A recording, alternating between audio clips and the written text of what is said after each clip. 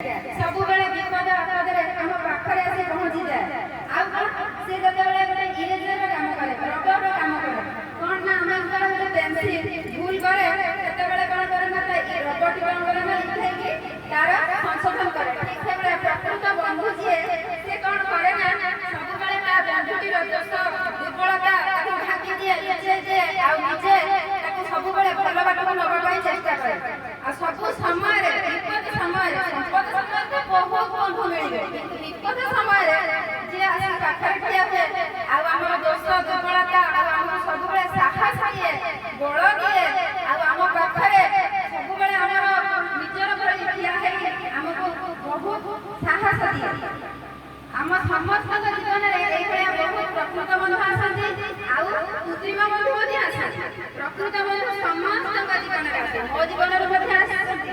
ମୋର ବାଲ୍ୟ ବାନ୍ଧବୀ ମାନସୀ ଆଉ ମୋର ବାଲ୍ୟ ବନ୍ଧୁ ମଧ୍ୟ ଅଛନ୍ତି, ପ୍ରତାପ ଉଦ୍ଦେଶ୍ୟରେ ଏମାନେ ବି ବହୁତ ମୋର ବଢ଼ିଆ ବଢ଼ିଆ ବନ୍ଧୁ। ଆମେ ଏମାନଙ୍କ ସହିତ ମାନେ ପାଠ ପଢ଼ାରେ କମ୍ପିଟିସନ୍ ହୁଏ ସତ, କିନ୍ତୁ ଅନ୍ୟ ବେଳେ ଆମେ ସବୁବେଳେ ବନ୍ଧୁ। ଆମର ସେଇ ଯେଉଁ ପିଲାବେଳର ତେନ୍ତୁଳି ଭିତରେ ତେନ୍ତୁଳି ରଖିକି ଖାଇବା ଆଉ ଆମ୍ବ ଚଟଚଟି କରି ଖାଇବା, ସେ ଯେଉଁ ମଜା, ଏ ସମୟରେ କ'ଣ ସେ ମଜା ମିଳିବ?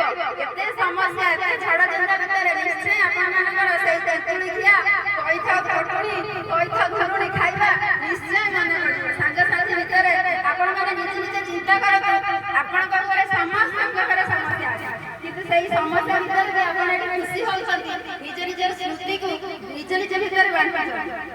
ସେ ତ ହେଲା ବାଲ୍ୟ ଦିନର ବନ୍ଧୁ। ତାପରେ ଆମେ ଯେତେବେଳେ ଦ୍ୱିତୀୟ ପର୍ଯ୍ୟାୟରେ ପହଞ୍ଚନ୍ତି, ସେତେବେଳେ ଆମ ପାଖରେ ଆସିକି ଆଉ ଜଣେ ପ୍ରକୃତ ବନ୍ଧୁ ପହଞ୍ଚନ୍ତି ବା ପ୍ରକୃତ ବାନ୍ଧବୀ ପହଞ୍ଚନ୍ତି, ଯିଏକି ଆମର ପୁରୁଷମାନଙ୍କର ଧର୍ମପତ୍ନୀ ଆଉ ସ୍ତ୍ରୀମାନଙ୍କର ନିଜର ସ୍ୱାମୀ।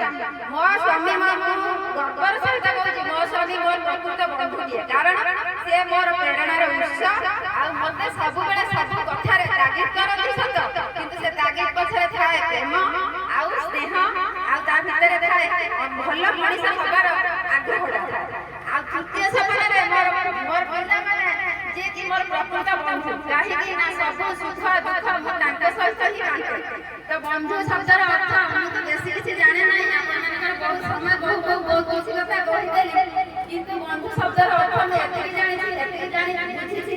ଯଦି ମୋ କହିବାର କିଛି ତ୍ରୁଟି ଥାଏ ତ ଆପଣମାନେ ମୋତେ କ୍ଷମା କରିବେ। ଧନ୍ୟବାଦ।